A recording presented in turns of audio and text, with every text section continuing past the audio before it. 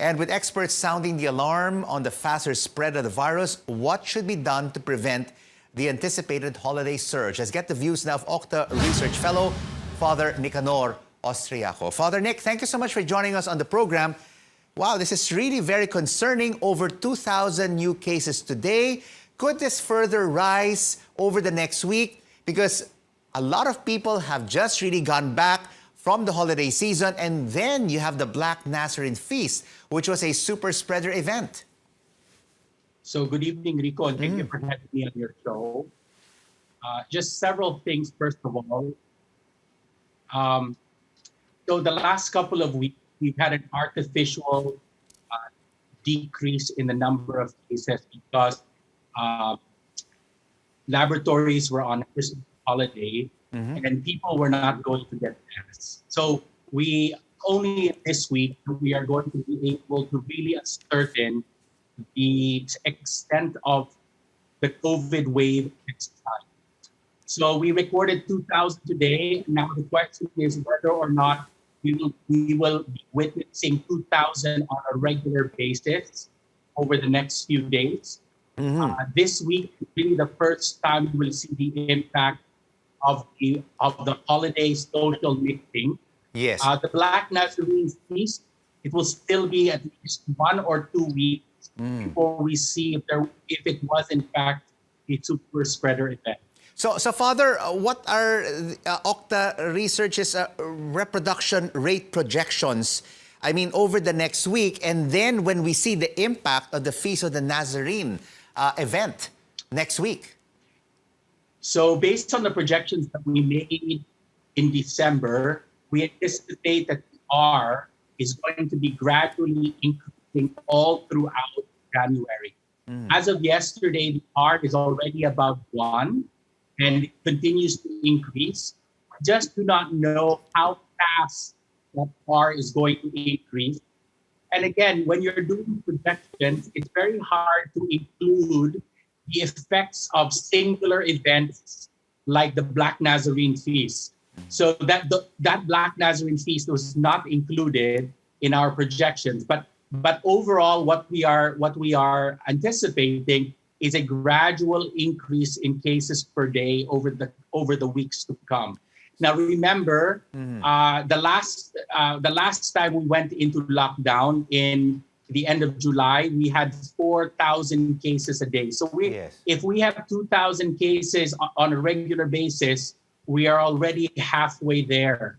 And so we have to be particularly careful to prevent that further increase so as not to overwhelm our healthcare infrastructure. So Father, after what happened over the weekend, the Feast of the Black Nazarene, should there now be a clampdown on religious activities? Because there's another huge feast coming next week, the Feast of the Santo Niño in Cebu.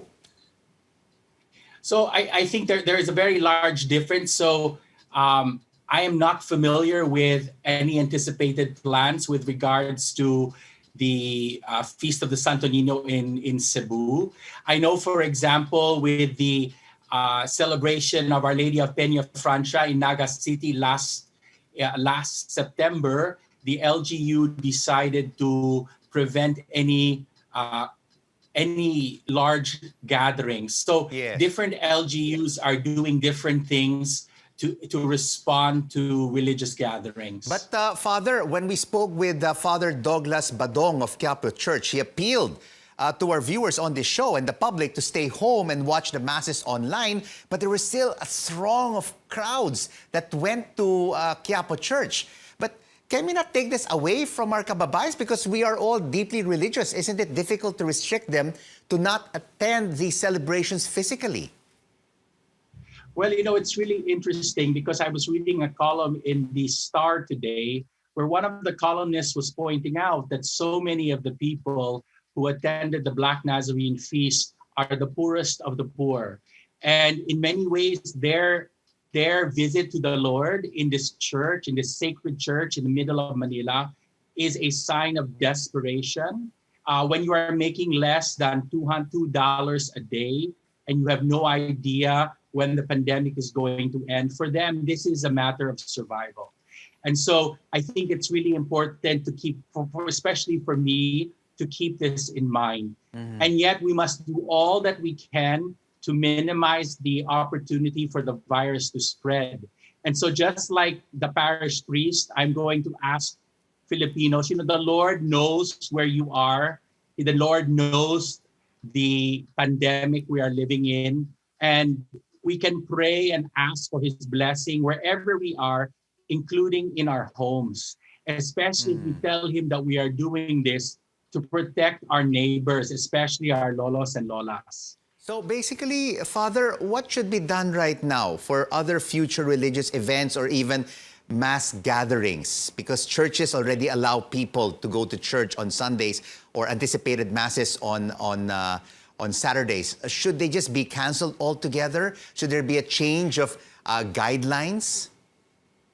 Well, I think as you saw with the Simbang Gabi, there are a lot of people who actually follow the minimum health standards with regards to going to church. I think what was particularly challenging for Quiapo is that so many people decided to descend upon the church at any one time. So I think, again, the minimum health standards have to be maintained.